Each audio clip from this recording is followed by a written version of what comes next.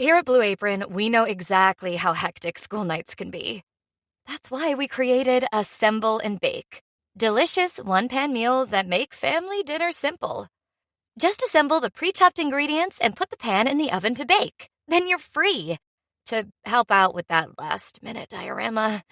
Shop Assemble and Bake at blueapron.com. Get 50% off your first 2 orders with code APRON50. Terms and conditions apply. Visit blueapron.com/terms for more.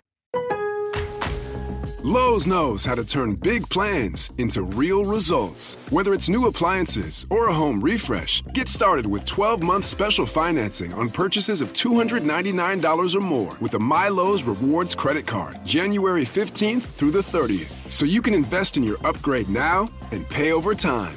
Lowe's, we help, you save. Offer subject to credit approval and cannot be combined. Minimum monthly payment required. See store or Lowe's.com for details. Doors closing. Good morning, Allie. Good morning, Mason. There was a homeless guy on the platform who claimed to be a player for the Cubs. Maybe he is. You don't know. He looked like he hadn't showered or shaved in about 6 years. Also, he seemed to be wearing an old Union Army hat. If there was a Cubs player who went around looking like that, I think we'd know about it. And then she says, if the ghost keeps folding your towels, just say thank you. I mean, am I crazy or is that terrible advice? This is Harlem. This is a Blue Line train to downtown and O'Hare. I'm sorry, did he just say the ghost folds his towels? Honestly, sounds like the ideal roommate. Mine won't even take out the trash, and he's not even supernatural. Maybe you should get a haunting. It could improve your quality of life. Spirit of chores past, please clean my kitchen. Hey, if a ghost ever starts folding my laundry, I'm leaving out detergent as an offering. This is Tales from the Blue Line, my auditory anthology. That guy's not the only one with roommate problems. I've got a story tonight about a haunted apartment situation that, honestly, might be the most passive-aggressive haunting I've ever heard of. Oh, good. We haven't had domestic paranormal activity in a while. This one's got everything. Dirty dishes, thermostat battles, and a ghost who apparently loves Post-it notes. If the afterlife still has sticky notes, I don't want to go.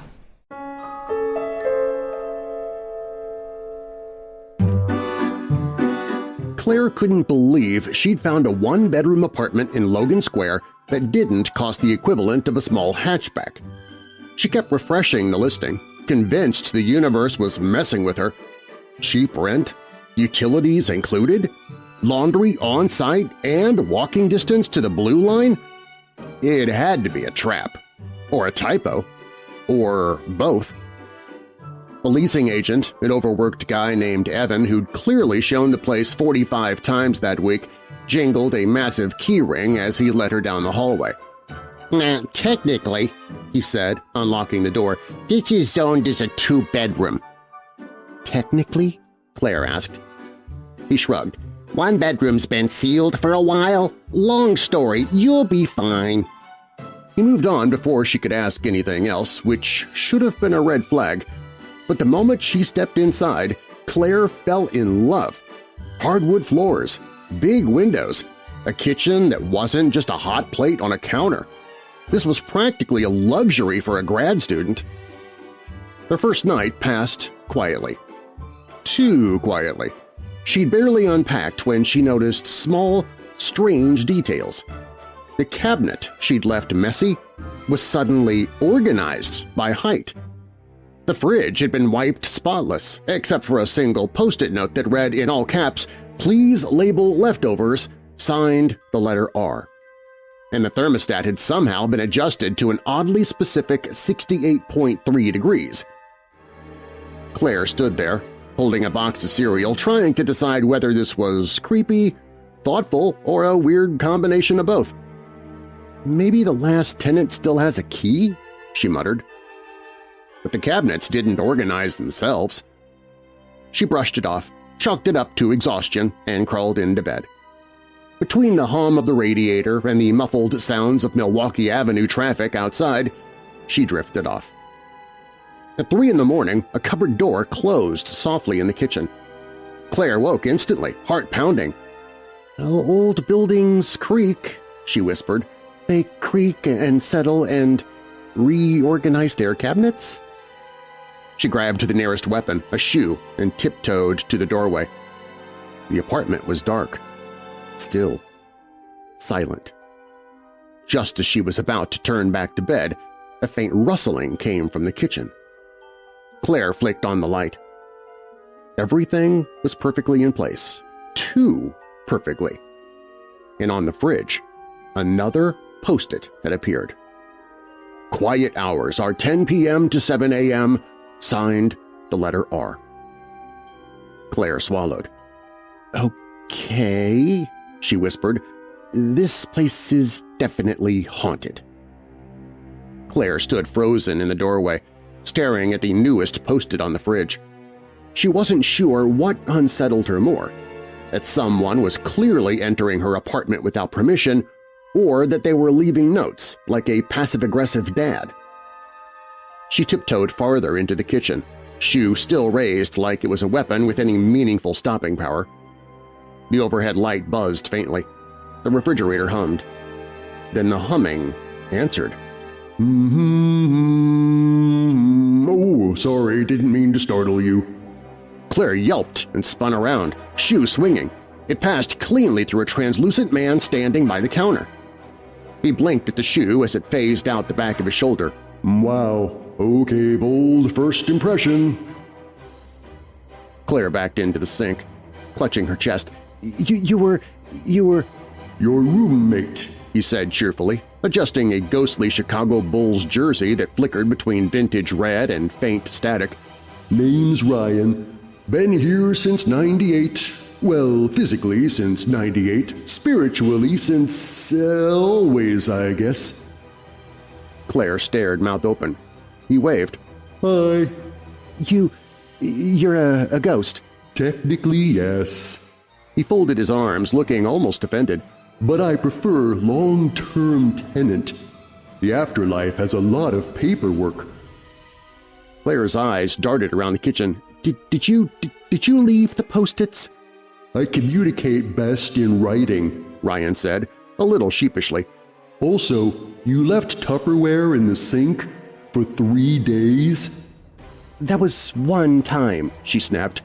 "And the leftovers were unlabeled." Claire clutched her forehead. "This can't be happening." Ryan leaned against the counter, his hand slipping through it for a moment before he corrected his position. "Look, I get it. Big day, new apartment, surprise ghost roommate. It's a lot." She blinked at him. "You're very calm." He shrugged. "Been haunting this place a while. You learn to ease people into things. Trust me, screaming right away never helps." She steadied her breath. "Okay, so what are you doing here?" "Rent control," he said, matter-of-factly. "This is a great place. Close to the train, decent light, minimal demonic interference. Why leave?" Claire squinted. "Minimal?" He ignored that. "Point is, I'm not here to scare you. I'm tidy, I fold laundry, I alphabetize spices. I don't hog the bathroom." "You reorganized my entire pantry." "You're welcome." Claire sighed, sliding down against the counter. "This is insane." Ryan pulled a Post-it from thin air and stuck it to the cabinet above her head. "Breathe," signed the letter R. She glanced at him. He smiled, and somehow Claire laughed. By the end of the week, Claire realized that living with a ghost wasn't all that different from living with a very picky roommate, except Ryan didn't contribute to rent and refused to admit he was invisible. Their arrangement settled into a strange but functional rhythm. In the mornings, she'd walk into the kitchen to find her laundry folded neatly on the table, arranged with military precision. Even her socks were paired, rolled, and, for reasons known only to Ryan, sorted by emotional energy. "You had a stressful Tuesday," he said once, holding up a pair of mismatched gym socks. "These two don't go together. It throws off the vibe." Ryan, they're socks." "Exactly," he said seriously. "Foundation of the outfit." He had rules, too. Many rules. Sticky notes began to appear everywhere. "Please rinse dishes before loading," signed R. "No microwaving fish after 9 p.m., signed R. "Quiet hours enforced. Demons get cranky," signed R. Claire tried ignoring the notes. The notes multiplied. One day she came home to find her bookshelf completely reorganized. Not alphabetically, not by color, by emotion. "It's more intuitive," Ryan explained, floating beside her. "Your sad books were fighting with your hopeful books." She pulled out a copy of Pride and Prejudice. "And what emotion is this?" "Optimistic thirst," he said. Claire groaned. Her friends didn't believe a word of it, of course. Whenever she tried to describe Ryan, they looked at her the way you look at someone who spends too much time on Reddit. So, naturally, Ryan started leaving them notes too. When her best friend Mia visited, she found a Post-it on her coffee cup. "Use a coaster. This table is antique. Signed R." Mia froze. "Claire, who wrote this?" Claire sighed. "My roommate." "Your dead one?" "Yes." Mia blinked. "Does he know I'm here?" Ryan materialized beside her. "Of course I know you're here. Nice jacket. Don't put it on the couch. The fabric pills." Mia screamed, dropped the cup, and ran into the hallway. Ryan looked at Claire. "I was being polite." "You cannot just materialize next to people." He frowned. "Well, how else am I supposed to talk to them? Morse code?" Despite it all, the hovering, the nagging, the unsolicited laundry folding, Claire grew oddly fond of him. Ryan wasn't malicious, or scary, or even particularly ghostly. He was just a guy. A guy stuck in the apartment he loved, with too much free time and a lifetime supply of Post-it notes. And somehow, that made the place feel less empty. Even when she woke up at 3 a.m. to find him color-coding the spice rack. 2 weeks into cohabiting with the undead, Claire hit her limit. It wasn't the laundry folding. It wasn't the emotional alphabetical bookshelf. It wasn't even the spice rack that now had categories like warm nostalgia and passive-aggressive heat. Now, the breaking point was her date. Claire had invited a guy from class over to watch a movie. Nothing serious, nothing fancy, just popcorn, a blanket, and hopefully a kiss, if the night went well. It did not go well. Halfway through the movie, just as her date leaned closer, a Post-it floated gently down from the ceiling and landed on his knee. "Wash your hands first," signed R. Her date stared at it. Claire stared at it. Ryan popped into view behind the couch. "I'm just saying, he touched the train poles on the way here." The date fled so fast he nearly left a shoe behind. Claire rounded on Ryan. "Okay, that's it. We're setting rules."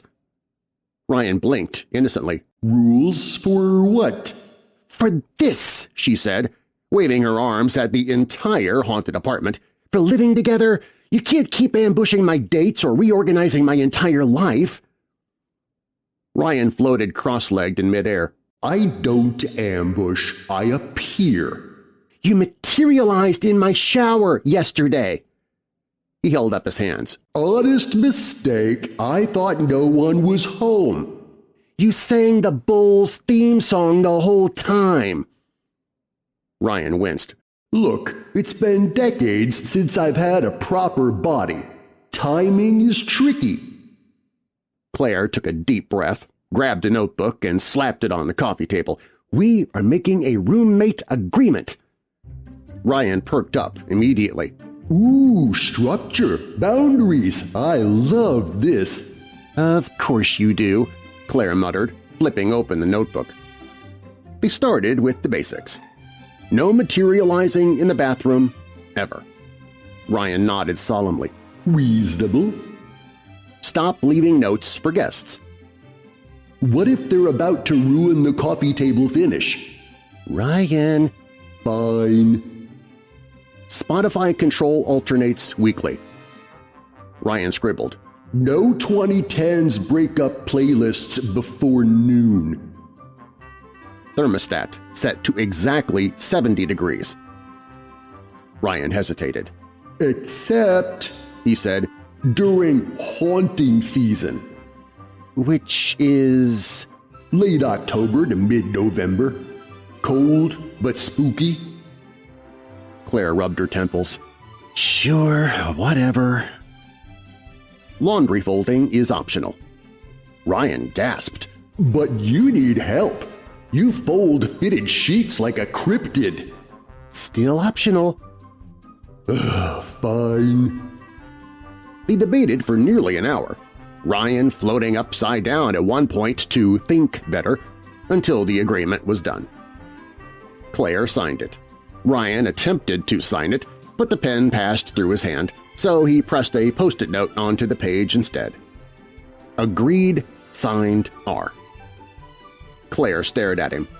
You really are the weirdest roommate I've ever had. Ryan beamed. Thank you. And despite herself, she smiled. Within days, Claire realized something strange was happening. Her life was getting easier, not less weird. No, nothing about having a ghost roommate was normal, but smoother, predictable, shockingly functional. For one, she had never been this caught up on laundry in her entire adult life. Some mornings, she'd wake to find her clothes folded so pristinely it looked like a department store display. Ryan had even started scent-matching outfits. The notes continued, but now they felt supportive. You got this presentation. Signed, R. Remember to hydrate. Signed, R. Stop buying off-brand sandwich bags. Signed, R. The apartment, once cluttered and chaotic, seemed to run on a supernatural autopilot. Bills ended up in neat piles. Plants Claire had forgotten she owned began to thrive. The thermostat stayed at a perfect 70 degrees, except for the 2 weeks Ryan insisted were haunting season, during which he lowered it to 66 degrees and made mysterious wind noises in the vents. But the best part, the part Claire would never, ever admit out loud, was that she wasn't lonely anymore. Ryan hovered around, offering unsolicited advice about cooking techniques. You're sautéing, not scolding it. Gossip about the other tenants. Apartment 3B doesn't recycle. I'm just saying. And occasionally, Bull's trivia that absolutely no one asked for. Once, when she fell asleep on the couch after pulling an all-nighter, she woke to a blanket draped over her and Ryan gently humming a 90s R&B ballad he only knew the chorus to. Don't make it weird, he said, floating back through the wall.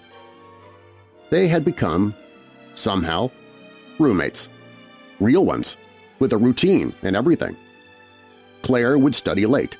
Ryan would drift in and out, offering flashcard hints. Think more metaphorically. And then they'd both pretend they couldn't hear the upstairs neighbor practicing bad karaoke. Life was weird, but also kind of wonderful. Then, one morning, things shifted. Claire woke to silence. No drifting hum. No mysterious cabinet doors closing. No Post-its on the fridge reminding her not to let the basil die again. She walked through the apartment, calling his name. "Ryan?" No answer. For the first time since moving in, the place felt truly empty. Claire stood in the kitchen, anxiety buzzing under her ribs.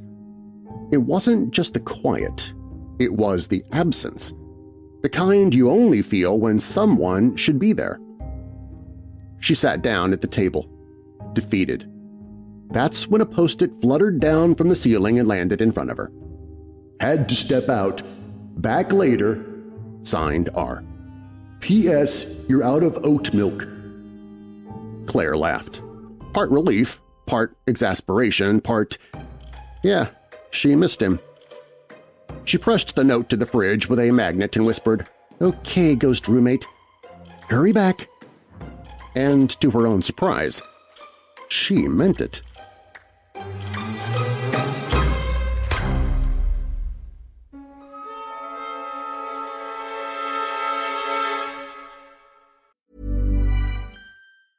Instacart helps you get what you need fast. Like when the watch party at your place finally makes it out of the group chat. Suddenly you need snacks, drinks, and all the things nobody planned for. With Instacart, you can get groceries and party essentials delivered. Just download the app, place your order, and it shows up in as fast as 30 minutes. That way, hosting feels easy and looks like you had a plan all along. Get the Instacart app today and get game day deals. It's the new year, and Instacart is here for whatever your new routine looks like. Maybe it's committing to the after-work workout, or trying plant-based recipes, or just having fresh ingredients in the fridge. Because with Instacart, you get time back, you can filter shopping by dietary preferences, and never run out of what you need. So whatever your New Year plan is, Instacart is here to make it just a little more possible. Download the Instacart app today. Actual dietary information may vary. Always check product packaging. Okay, I have questions. First, why does that ghost sound more responsible than every roommate I've had in college? Haunting is just extreme project management. No, really, laundry folding, organizing spices, leaving friendly reminders? I'd marry a ghost like that. Wow, I do one load of laundry a month and suddenly I'm obsolete. Look, if a translucent guy in a Bulls jersey wants to alphabetize my pantry by emotional tone, honestly, let him. Did you hear that? Maybe someone's pinning Post-its to the grab bars. Great, now I'm going to get home and find a ghost leaving notes about my folding technique. He's going to write, "Please retire those socks. G." Even the dead judge me.